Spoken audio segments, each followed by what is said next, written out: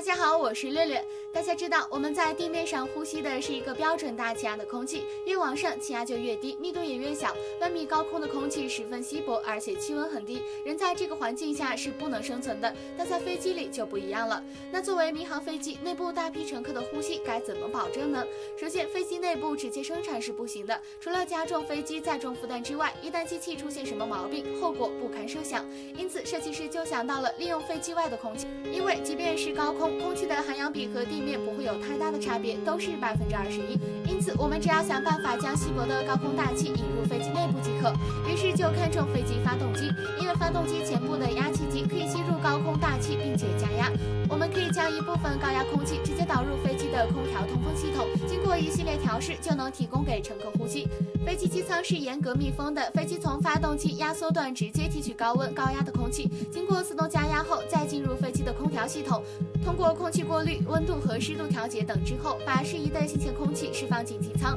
同时会把机舱内不新鲜的空气排出去，保证机舱内的空气流通。由于飞机机舱属于空气宝壁结构，像个高空气球一样，飞机内外压差还不能过大。这也为了飞机的结构寿命，所以加压空气的时候，并不会把舱内气压完全加到和地面一样的标准大气压。比如万米高空舱外0.2个大气压，机舱内是0.8大气压，这是乘客也是可以适应的。我们下期见，拜拜。